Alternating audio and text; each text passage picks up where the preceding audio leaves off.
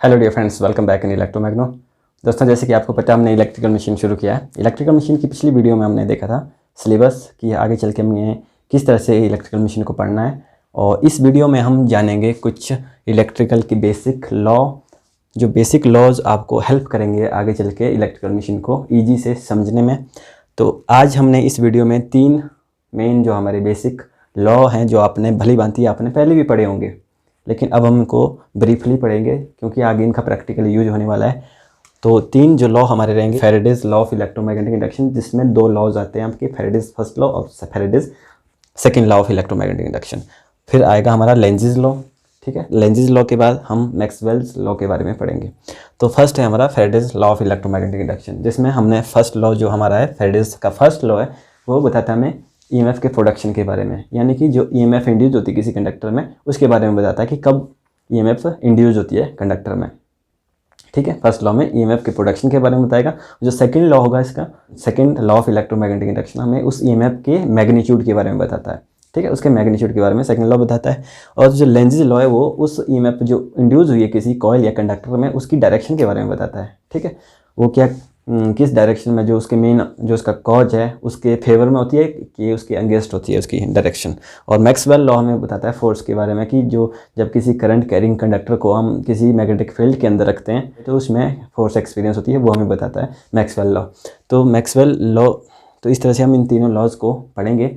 तो फर्स्ट जो हमारा Faraday's first law of electromagnetic induction, जो कि हमें बोलता है कि जब कोई चेंज इन मैग्नेटिक फील्ड, जब कोई चेंज इन मैग्नेटिक फील्ड किसी कंडक्टर या कॉइल के साथ लिंक होती है, तो उस कॉइल या कंडक्टर में ईएमएफ इंड्यूस होती है। ठीक है, तो पहले समझते हैं ईएमएफ क्या है। ईएमएफ हमारा वो पोटेंशियल डिफरेंस होता है जो कि सर्किट में तब होता है जब सर्किट ओपन होता है, तो उसमें जो पोटेंशियल डिफरेंस है दैट इज़ ईएमएफ। जब सर्किट आपका क्लोज हो जाता है, तो क्लोज सर्किट में ईएमएफ के कारण करंट फ्लो होने लगता है, तो उस करंट के कारण वहाँ पे वोल्टेज ड्रॉप ही हो जाते हैं, और जो उस टाइम की जो पोटेंशियल डिफरेंस आप देखेंगे सर्किट में, दैट इज़ वोल्टेज। ठीक है, तो ईएमएफ किसी कंडक्टर या कॉइल में तब इंड्यूस होती है जब उसमें change in magnetic flux link होता है। तो ये चेंज इन मैग्नेटिक फ्लक्स क्या है और ये ईएमएफ क्या है, वो समझते हैं पहले। जैसे कि हमारा ये मैग्नेट है, ठीक है, इसके नॉर्थ और साउथ पोल है। तो हमें पता है कि जब कोई मैग्नेट होता है उसमें नॉर्थ से साउथ की ओर कुछ इमेजिनरी लाइन इस तरह से निकलती हैं। ठीक है, नॉर्थ से निकलती हैं, यहाँ से निकलती है नॉर्थ से, और साउथ में टर्मिनेट होती है, और साउथ से मैग्नेट के अंदर से नॉर्थ की ओर आती है। आउटसाइड द मैग्नेट, तो नॉर्थ से साउथ की ओर मैग्नेटिक लाइंस ऑफ फोर्सेज निकलती हैं, और इनसाइड द मैग्नेट साउथ से नॉर्थ की ओर मैग्नेटिक लाइंस ऑफ फोर्सेज आती हैं। मतलब जो इमेजिनरी लाइन होती है, इनको बोलते हैं मैग्नेटिक लाइंस ऑफ फोर्सेज। और in magnetic lines of forces जो इमेजिनरी है, इनको हम क्या बोलते हैं, सी को हम बोलते हैं मैग्नेटिक फ्लक्स, जिसको हम फाई से रिप्रेजेंट करते हैं मैग्नेटिक फ्लक्स को। इसका जो यूनिट रहेगा वो रहेगा वेबर। ठीक है, वेबर में इसको मेजर करते हैं फ्लक्स को। मैग्नेटिक लाइंस ऑफ फोर्सेज कितनी जा रही हैं किसी एरिया से, तो दैट इज़ फ्लक्स। ठीक है, वो फ्लक्स है, मैग्नेटिक फ्लक्स है। और ये मैग्नेटिक फ्लक्स आपको समझ में आ गया। जब ये change in magnetic flux link होगा किसी कॉइल या कंडक्टर के साथ, तो उसमें ईएमएफ इंड्यूस होगी। और ये ईएमएफ क्या है, ईएमएफ कुछ नहीं है, जैसे वोल्टेज है, वोल्टेज पोटेंशियल डिफरेंस है, ईएमएफ भी पोटेंशियल डिफरेंस है। मोस्टली हम ईएमएफ और वोल्टेज को सेम ही लेते हैं कि ईएमएफ और वोल्टेज जो है, ईएमएफ और वोल्टेज आपका सेम है लेते हैं, लेकिन ईएमएफ और वोल्टेज में थोड़ा डिफरेंस है। अगर आप इलेक्ट्रिकल साइड से हो तो आपको डिफरेंस पता होना चाहिए। जो कि ईएमएफ होती है, इलेक्ट्रोमोटिव फोर्स होती है, वो होती है ओपन सर्किट में, यानी कि जब आपका सर्किट ओपन होता है, उस ओपन सर्किट में जो पोटेंशियल डिफरेंस होगा उसको हम बोलेंगे ईएमएफ। और जब सर्किट क्लोज होगा, जब सर्किट में लोड कनेक्ट होगा, तो सर्किट क्लोज होगा, क्लोज सर्किट में करंट फ्लो होगा ईएमएफ के कारण। तो क्लोज सर्किट में जो पोटेंशियल डिफरेंस हम देखेंगे किन्हीं 2 पॉइंट के बीच में, दैट इज़ वोल्टेज। ठीक है, वोल्टेज क्लोज सर्किट में और ईएमएफ ओपन सर्किट में होता है। ठीक है दोनों पोटेंशियल डिफरेंस ही। ईएमएफ हमेशा ज़्यादा होता है वोल्टेज से, वोल्टेज हमेशा ईएमएफ से कम होती है, क्योंकि ओपन सर्किट में ईएमएफ है तो उसमें कोई भी करंट फ्लो नहीं हो रहा है, कोई वोल्टेज ड्रॉप नहीं हो रही है। लेकिन क्लोज सर्किट में आपका करंट फ्लो हो रहा है ईएमएफ के कारण, तो उसमें वोल्टेज ड्रॉप हो रहे, तो वोल्टेज आपकी हमेशा कम आएगी ईएमएफ से। इसलिए तो जो ईएमएफ प्रोड्यूस होती है, वो कब प्रोड्यूस होती है किसी में, जो किसी कॉइल या कंडक्टर में कब इंड्यूस होगी, जब कोई change in magnetic flux link होता है किसी कंडक्टर के साथ या किसी कॉइल के साथ, तो उसमें ईएमएफ इंड्यूस होती है according to Faraday's first law of electromagnetic induction. जैसे कि अगर आपका कोई मैग्नेट है, इस तरह से नॉर्थ और साउथ पोल है, ठीक है, तो इसमें से मैग्नेटिक फील्ड कुछ इस तरह से जाएंगी, मैग्नेटिक लाइंस ऑफ फोर्सेज कुछ इस तरह से नॉर्थ से साउथ की ओर जाएंगी, यानी जो फ्लक्स रहेगा वो उसकी डायरेक्शन इस तरह से रहेगी मैग्नेटिक फ्लक्स की। इसमें अगर कोई हमने कॉइल रख दिया है, कोई कॉइल रख दी है, कॉइल हमारी 2 कंडक्टर की बनती है, कॉइल जो होती है वो 2 कंडक्टर से एक कॉइल बनती है, ठीक है। तो जब कोई कॉइल हमने मैग्नेटिक फील्ड के अंदर रखी है तो इसमें जैसे कि ये नॉर्थ और साउथ पोल फिक्स हैं, तो इसमें जो फ्लक्स जो नॉर्थ से साउथ की ओर जो मैग्नेटिक फ्लक्स जा रहा है दैट इज़ कांस्टेंट। जब ये कांस्टेंट मैग्नेटिक फ्लक्स लिंक हो रहा है इस कॉइल के साथ, उसमें कोई ईएमएफ नहीं बनेगी। क्यों? क्योंकि Faraday's first law of electromagnetic induction के अकॉर्डिंग ईएमएफ तब बनती है जब change in magnetic flux link होता है। तो इसलिए इस फ्लक्स को चेंज इन मैग्नेटिक फ्लक्स में कन्वर्ट करने के लिए या तो हमें नॉर्थ एंड साउथ पोल हमें पीरियोडिकली टाइम के साथ चेंज करने पड़ेंगे इधर उधर, या फिर हम कॉइल को रोटेट करना पड़ेगा, ठीक है। इसको रोटेट करना पड़ेगा ताकि जो मैग्नेटिक फ्लक्स इसके साथ लिंक हो, इस कॉइल के साथ, वो change in magnetic flux link हो ताकि इसमें ईएमएफ बने। तो इसलिए सपोज यहाँ पे हमने इलेक्ट्रोमैग्नेट लिए हुए हैं, इलेक्ट्रोमैग्नेट में हमने जो एसी करंट दिया है, ठीक है, इसमें एसी करंट दिया है। मान लो इसमें एसी करंट से यहाँ पे जो पोल्स बनेंगे वो अल्टरनेटिंग पोल्स होंगे। जैसे कि एसी कैसी होती है, एसी इस तरह से रहेगी, ठीक है। एसी आपका साइनोसॉइडल जो वेव रहती है, ये positive half cycle negative half cycle, इस तरह से ये कंप्लीट साइकिल 50 हर्ट्ज फ्रिक्वेंसी के लिए 50 साइकिल रहेंगे 1 सेकंड में। तो इस तरह से 50 पॉजिटिव हाफ साइकिल होंगे, 50 आपके नेगेटिव हाफ साइकिल होंगे। तो हर साइकिल में यहाँ पे नॉर्थ और साउथ पोल आपके चेंज होंगे।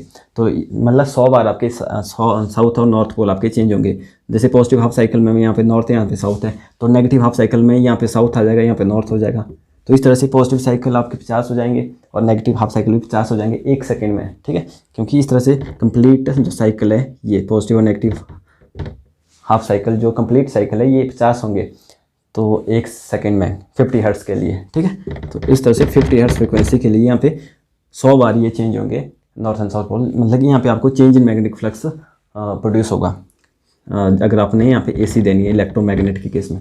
तो यहाँ पे आपकी कॉइल भी स्टेशनरी है, आपका मैग्नेट भी स्टेशनरी है। तो इस तरह से जो ईएमएफ इंड्यूस होगी इसमें चेंज इन मैग्नेटिक फ्लक्स के लिंक होने से इस कॉइल में, तो उसको बोलेंगे स्टैटिकली इंड्यूस्ड ईएमएफ, क्योंकि ये दोनों स्टैटिक है, स्टेशनरी है दोनों। दोनों एक कॉइल भी और इलेक्ट्रोमैग्नेट जो है, जो हमारा मैग्नेटिक फ्लक्स को प्रोड्यूस कर रहा है, चेंज इन मैग्नेटिक फ्लक्स को प्रोड्यूस कर रहा है। जब आपका नॉर्थ पोल यहाँ होगा तो इस तरह से फ्लो होगा, जो फ्लक्स है मैग्नेटिक फ्लक्स है। जब नॉर्थ पोल इस साइड होगा और साउथ पोल इस साइड होगा तो डायरेक्शन इस तरह से होगी, तो ये डायरेक्शन चेंज होती रहेगी इसमें। तो इसलिए यहाँ पे change in magnetic flux produce हो रहा है स्टैटिकली, तो यहाँ पे स्टैटिकली इंड्यूस्ड ईएमएफ बोलते हैं। लेकिन अगर आपने यहाँ पे परमानेंट मैग्नेट लगा दिए, जैसे यहाँ पे परमानेंट मैग्नेट है, 2 हमने नॉर्थ और साउथ पोल है यहाँ पे, तो आपका जब फ्लक्स की डायरेक्शन इस तरह से, मैग्नेटिक फ्लक्स की डायरेक्शन इस तरह से है, तो ये तो कांस्टेंट मैग्नेटिक फ्लक्स है, इस कॉइल के साथ जो लिंक हो रहा है जो कांस्टेंट मैग्नेटिक फ्लक्स है, तो इसमें तो कोई ईएमएफ इंड्यूस नहीं होगी। क्योंकि Faraday's first law of electromagnetic induction में क्या बोलता है, ये बोलता है कि कॉइल में तभी ईएमएफ बनेगी जब उसमें change in magnetic flux link होगा। तो इसको चेंज इन मैग्नेटिक फ्लक्स में कन्वर्ट करने के लिए हमें इस कॉइल को फिर घुमाना पड़ेगा, ठीक है। इसको जब घुमाएंगे तो ये फ्लक्स को कट करेगा, जो कांस्टेंट फ्लक्स है उसको कट करेगा, तो वो कांस्टेंट, तो इसमें change in magnetic flux link होगा इस कॉइल के साथ, तो फिर इसमें ईएमएफ बनेगी, ठीक है। ईएमएफ बनेगी, इसमें ईएमएफ बनेगी, इस ईएमएफ के कारण इसमें करंट फ्लो होगा जब इसको हम किसी लोड के अक्रॉस कनेक्ट कर देंगे, ठीक है। जब इसमें कोई लोड कनेक्ट करें तो इस कॉइल से करंट फ्लो होने लगेगा, और फिर जो लोड के को अक्रॉस अगर हम जब पोटेंशियल डिफरेंस देखेंगे दैट इज़ वोल्टेज, ठीक है, वो वोल्टेज होगा। जब आपका सर्किट क्लोज होगा तो वोल्टेज होगा, जब आपका सर्किट ओपन होगा तो ईएमएफ है, ठीक है। इस तरह से ये यहाँ पे आपको कॉइल को घुमाना पड़ा, और जो आपके जो पोल है वो है आपके स्टेशनरी। तो इस तरह से जो ईएमएफ इंड्यूस होती है उसको बोलते हैं डायनेमिकली इंड्यूस्ड ईएमएफ, उसको क्या बोलते हैं, डायनेमिकली इंड्यूस्ड ईएमएफ। तो Faraday's first law of electromagnetic induction में बताता है प्रोडक्शन ऑफ ईएमएफ के बारे में।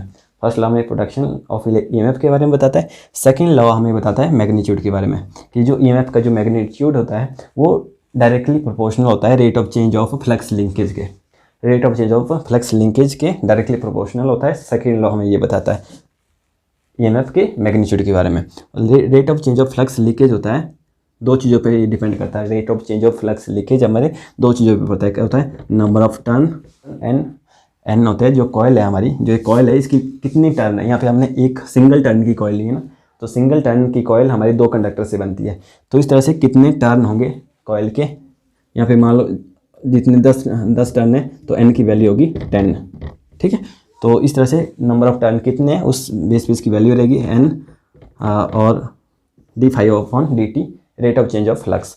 दो चीज़ों पे हमारा flux leakage, rate of change of flux leakage depend करता है, n इंटू d∅/dt। जितने नंबर ऑफ टर्न ज़्यादा होंगे उतना ज़्यादा आपका ईएमएफ का मैग्नीट्यूड रहेगा। जितना आपका rate of change of flux ज़्यादा होगा उतना ज़्यादा आपका ईएमएफ का मैग्नीट्यूड रहेगा।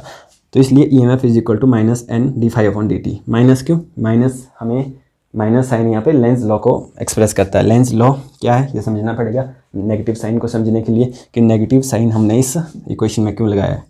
इस इक्वेशन को याद रख लीजिए, ये सेकंड लॉ में बताता है कि जो ईएमएफ का जो मैग्नीट्यूड होता है वो डायरेक्टली प्रोपोर्शनल होता है rate of change of flux linkage के। Rate of change of flux linkage दो चीज़ों पर डिपेंड करता है, नंबर ऑफ टर्न और rate of change of flux. ठीक है, नेक्स्ट लॉ है हमारा लेंजिज लॉ। लेंजिज लॉ में बताता है कि जो इस कॉइल के अंदर जो ईएमएफ इंड्यूस होगी है, जब कॉइल के अंदर जो ईएमएफ इंड्यूस होगी उसकी डायरेक्शन क्या रहेगी। तो लेंजिज लॉ में बताता है कि जो ईएमएफ इंड्यूस होती है किसी कॉइल या कंडक्टर में, जब उसमें change in magnetic flux link होता है तो उसकी डायरेक्शन इस तरह से होती है कि जो अपने जो उसका कॉज है, जो उसका मेन कॉज है, उसी को अपोज करेगा। जैसे कि यहाँ पे आपका ईएमएफ को इंड्यूस कौन करवा रहा है, क्यों ईएमएफ इंड्यूस हुई है कंडक्टर या कॉइल में, जो ईएमएफ बनी है वो क्यों बनी है, वो बनी है इस rate of change of flux के कारण। जब change in magnetic flux link हुआ कॉइल के साथ तो ये कॉज है। ठीक है, तो ये उसको अपोज करेगी, इसलिए यहाँ पे नेगेटिव साइन है कि ईएमएफ इस तरह से इंड्यूस होगी कि जो उसका मेन कॉज होगा जिसके कारण ये प्रोड्यूस हुई है उसी को ये अपोज करेगी। ठीक है, उसी को ये अपोज करेगी, इसकी डायरेक्शन इस तरह से रहेगी, इसलिए यहाँ पे नेगेटिव साइन है। नेगेटिव साइन हमें लेंजिज लॉ को एक्सप्रेस करता है। लेंजिज लॉ में बताता है जब कोई ईएमएफ इंड्यूस होती है कंडक्टर में, वो इस तरह से होती है कि वो अपने कॉज को ही अपोज करती है। कॉज क्या है? Rate of change of flux. और इलेक्ट्रोमैग्नेट में जो rate of change of flux किसके कारण हो रहा है? करंट के कारण। जो इसमें करंट फ्लो हो रहा है उसके कारण ही फ्लक्स प्रोड्यूस हो रहा है। तो मेन कॉज क्या है यहाँ पे? करंट। इस करंट को ये जिसमें ईएमएफ बनेगा कॉइल के अंदर, वो इस इलेक्ट्रोमैग्नेट में जो करंट है उसको अपोज करेगा। ठीक है, नेक्स्ट लॉ है हमारा मैक्सवेल्स लॉ। मैक्सवेल्स लॉ हमें बताता है कि जब कोई कंडक्टर हम किसी मैग्नेटिक फील्ड में रखेंगे और उस कंडक्टर में से करंट फ्लो हो रहा है। ठीक है, जब किसी करंट कैरिंग कंडक्टर को किसी मैग्नेटिक फील्ड के अंदर रखेंगे तो उस कंडक्टर या उस कॉइल में फोर्स एक्सपीरियंस होगी। ये हमें बोलता है मैक्सवेल्स लॉ, जो कि आगे चल के हमें हेल्प करेगा जब हम मोटर पढ़ेंगे कि मोटर में हम जब सप्लाई देते हैं मोटर घूमना शुरू करती है। क्यों घूमना शुरू करती है? उसमें फोर्स कैसे आई? तो मैक्सवेल लॉ हमें बताता है कि जब किसी करंट कैरिंग कंडक्टर को हम मैग्नेटिक फील्ड के अंदर रखते हैं तो उसमें फोर्स एक्सपीरियंस होती है। ठीक है, when a current carrying conductor of length L is placed at right angle पे 90 डिग्री पे रखेंगे to a uniform magnetic field of flux density B, जिसकी फ्लक्स डेंसिटी B रहेगी। बी से रिप्रेजेंट करते हैं फ्लक्स डेंसिटी को। तो उसमें क्या है? फोर्स एक्सपीरियंस होगी, मैकेनिकल फोर्स F जो मैकेनिकल फोर्स होगी उसका जो एक्सप्रेशन रहेगा उसका एक्सप्रेशन है BIL। ठीक है, फोर्स जो होगी उसका मैग्नीट्यूड किसके बराबर होगा? BIL। जैसे कि फ्लक्स मैंने आपको बताया जो imaginary line of magnetic lines of forces हैं, जो imaginary magnetic lines of forces है इसको हम बोलते हैं फ्लक्स। ठीक है, बी क्या होता है दोस्तों? बी होता है यानी कि मैग्नेटिक फ्लक्स डेंसिटी क्या होता है? Flux per unit area. जब हम किसी पर यूनिट एरिया में फ्लक्स देखना है, मैग्नेटिक फ्लक्स देखना है, that is magnetic flux density. Per unit area का फ्लक्स हमें बताता है। ठीक है, बी आपकी फ्लक्स डेंसिटी हो गया, यानी कि मैग्नेटिक फ्लक्स डेंसिटी को हम मेजर करते हैं, फ्लक्स को मेजर करते हैं वेबर में और एरिया मीटर स्क्वायर में। तो इसका हो गया वेबर पर मीटर स्क्वायर, या इसको हम बोलते हैं टेस्ला भी इसको बोलते हैं, इसकी जो यूनिट है। तो ये इसका मैग्नीट्यूड इस तरह से रहेगा। और जो फोर्स एक्सपीरियंस होती है किसी कंडक्टर में, जब कोई करंट कैरिंग कंडक्टर रखते हैं किसी मैग्नेटिक फील्ड के अंदर, तो उस फोर्स की डायरेक्शन अगर देखनी है तो वो हम देखते हैं फ्लेमिंग लेफ्ट हैंड रूल से। तो नेक्स्ट वीडियो जो हमारी रहेगी उसमें हमने पढ़ना है Fleming left hand rule, Fleming right hand rule, right hand thumb rule और स्क्रू रूल क्या है, उनको हम पढ़ेंगे नेक्स्ट वीडियो में। सो गाइज मिलते हैं नेक्स्ट वीडियो में, तब तक के लिए take care, keep watching, keep learning.